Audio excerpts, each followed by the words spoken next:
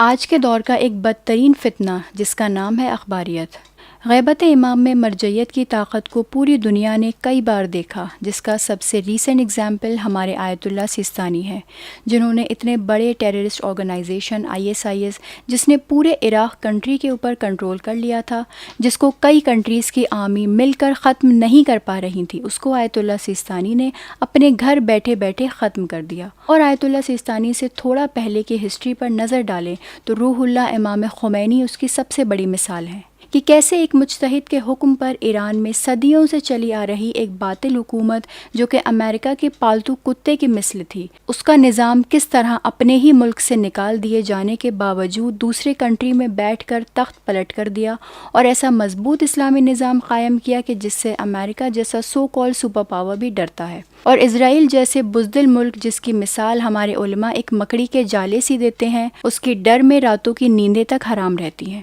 اور امام خمینی سے پہلے کی مثال آیت اللہ مرزا شیرازی کا وہ مشہور فتویٰ ہے جس میں انہوں نے تمباکو کو حرام قرار دے کر برٹش ایسٹ انڈیا کمپنی جیسی ایک کمپنی جس کا نام برٹش امپیریل ٹوبیکو کمپنی تھا، جس نے ایران میں اپنا پورا کنٹرول حاصل کر لیا تھا، اس کو صرف ایک فتوے سے ایران سے بھاگنے پر مجبور کر دیا۔ وہیں دوسری طرف انڈیا میں اسی کمپنی نے صدیوں تک راج کیا اور کتنی بڑی بڑی قربانیاں ہم ہندوستانیوں کو دینی پڑیں اس کمپنی سے آزادی حاصل کرنے کے لیے۔ اور یہ صرف کچھ ایگزامپلز ہیں ہماری مرجعیت کی طاقت اور ہمارے مجتہدین کے فتوے کی پاور کے۔ اور اس سب کو دیکھنے کے بعد جب دشمنان اسلام نے مرجعیت کی اس طاقت کو اچھی طرح سے پہچان لیا تو ان کو پتہ چل گیا کہ ہم کتنے ہی بڑے سپر پاور اور اٹامک بام والے نیشن نہ بن جائیں، اس مرجعیت سے مقابلہ کبھی نہیں کر سکتے، نہ ہی ان کو ہرا سکتے ہیں۔ تو ان دشمنان اسلام نے اس کا ایک حل نکالا کہ شیعت اور اس مرجعیت کے نظام کو اندر سے کھوکھلا کر کے کمزور کر دیں، صرف تبھی ہم ان کو ہرا سکتے ہیں۔ اور اس کے لیے انہوں نے ایک مر چکے فتنے جس کو آج کے دور میں اخباریت کے نام سے جانا جاتا ہے، اس کو دوبارہ سے زندہ کیا اور کچھ فرضی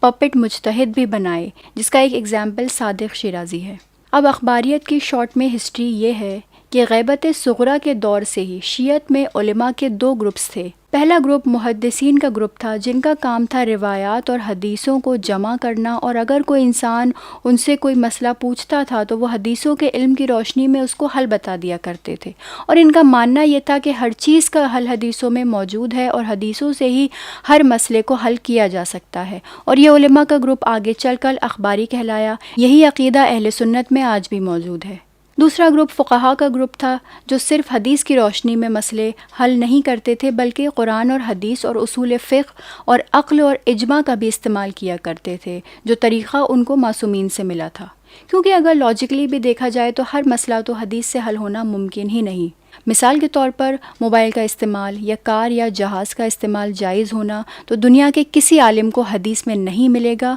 تو کیا اس کو حرام مان لیں؟ تو اس پر اخباری علماء کا نظریہ یہ تھا کہ اگر کسی چیز کا حکم حدیث میں نہ ملے تو اس سے پرہیز کرو، یعنی اس کو حرام مانو، اس پر عمل نہ کرو۔ لیکن اصولی علماء فقہ کے اصولوں کے ماہر تھے اور وہ اس طرح کے مسئلوں کو حل کرنے کے لیے معصومین کے بتائے ہوئے الگ الگ اصولوں کو استعمال کرتے تھے۔ مثلاً اگر کسی عمل سے کسی معصومین نے کسی کو نہیں روکا یا اس کے حرام ہونے کا ذکر قرآن یا حدیث میں نہیں ملتا تو اصول فقہ کی روشنی میں ایسے کام کو مباح قرار دیا جائے گا، یعنی اس کو کرنے میں کوئی پرابلم نہیں ہے، اس کو کرنے کی اجازت ہے۔ اور یہی مین ڈیفرنس تھا جس کو ریزالو کرنے کے لیے کئی سو سال پہلے اخباری اور اصول علماء میں مناظرہ ہوا، یعنی ایک طرح کا علمی کمپٹیشن کہ کون حق پر ہے اور کون باطل ہے۔ شیخ وحید بہبہانی ہمارے وہ اصولی علماء جو اس دور میں کربلا میں ہوا کرتے تھے، انہوں نے اس دور کے سب سے بڑے اخباری علماء کے ساتھ مناظرہ کیا اور اخباریت کو اس طرح سے مٹی میں ملایا اور شکست دی کہ اخباریت کا جنازہ ہی نکل گیا، اور صفحہ ہستی سے اخباریت مٹ گئی اور اخباریت کا کوئی نام لینے والا نہ رہا، اور صدیوں تک اخباریت دوبارہ زندہ بھی نہیں ہو پائی۔ پھر فتنوں کا دور آیا اور دنیا ماڈرن ہوئی، ٹی وی، سیٹلائٹس اور فونز کے ذریعے نیوز ایک جگہ سے دوسری جگہ فوراً پہنچنے لگی، اور جب ایران میں آیت اللہ خمینی نے آج کی دنیا کو پہلی بار اتنے بڑے لیول پر مرجعیت کی طاقت دکھائی تو دشمنان اسلام پریشان ہو گئے۔ CIA، موساد، MI6 جیسی انٹیلیجنس ایجنسیز جو کہ دنیا بھر میں ٹیررسٹ ایکٹیویٹیز آرگنائز کرنے کے لیے مشہور ہیں اور جن کے ہاتھوں کی کٹ پتلیاں 99% سو کالڈ مسلم کنٹریز ہیں،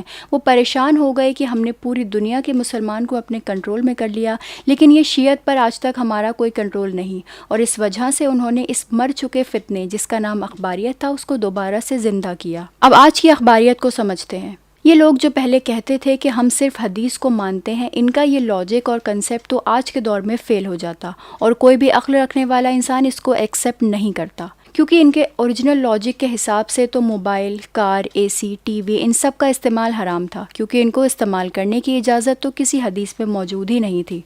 تو انہوں نے خود کو امپرووائز کیا اور فقہ کے اصول کو اخباریت میں ایکسیپٹ کرنا شروع کر دیا، اور کیونکہ ان کا بس ایک ہی موٹیو ہے کہ مرجعیت کو نقصان پہنچایا جائے اور یوتھ کو گمراہ کیا جائے، جس سے اگر کوئی مرجع یا مجتہد کوئی حکم دے یا فتویٰ دے تو لوگ اس پر عمل نہ کریں، یعنی وہی پرانی برٹش کی ڈیوائڈ اینڈ رول پالیسی۔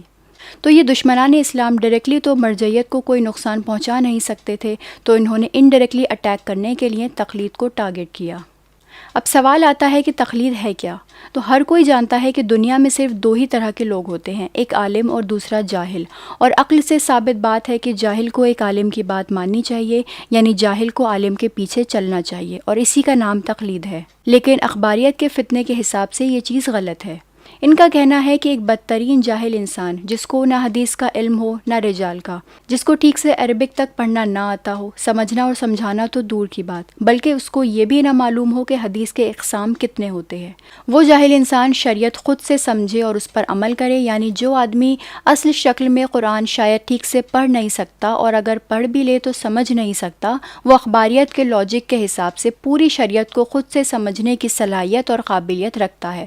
اور اس کو خود ہی شریعت سمجھنی بھی چاہیے اور کسی عالم کو فالو نہیں کرنا چاہیے، کیونکہ اس کا حکم کسی معصوم نے نہیں دیا۔ اس سے یہ صاف ظاہر ہو جاتا ہے کہ یہ اخباریت فتنہ ہے، اور کیونکہ یہ عقل کے خلاف ہے تو اس کو ایکسیپٹ بھی ابو جہل صفت انسان ہی کر سکتا ہے، اور یہی وجہ ہے کہ اخباریت کے پیروکار، جن کو ٹھیک سے نہ وضو کرنا آتا ہے نہ ہی نماز پڑھنا، جن کی تمام عبادتیں باطل ہیں، وہ بدترین جاہل لوگ آج بڑے بڑے مجتہدین جو کہ 50-60 سال پڑھنے کے بعد مجتہد بنتے ہیں، ان کو گندی گندی گالیاں دیتے ہیں، ان پر جاہلانہ سوال اٹھاتے ہیں کہ یہ فتویٰ کیسے دیا، ان کے فتوے کو چیلنج کرتے ہیں اور عظیم ہستیوں کے خلاف طرح طرح کے پروپیگنڈاز رن کرتے ہیں۔ اسی لیے ہمارے یوتھ کو چاہیے کہ اس ابو جہل کی نسل سے خبردار رہیں اور ان سے کسی طرح کا کوئی تعلق نہ رکھیں، اور اپنے دینی علم کو زیادہ سے زیادہ بڑھائیں اور صحیح سورسز سے علم حاصل کریں۔ جس عالم کو آپ فالو کر رہے ہو یا پسند کرتے ہو، اس کا عقیدہ چیک کرو، دیکھیں کہ کہیں وہ چھپ کر ہی صحیح مرجعیت پر اٹیک تو نہیں کر رہا،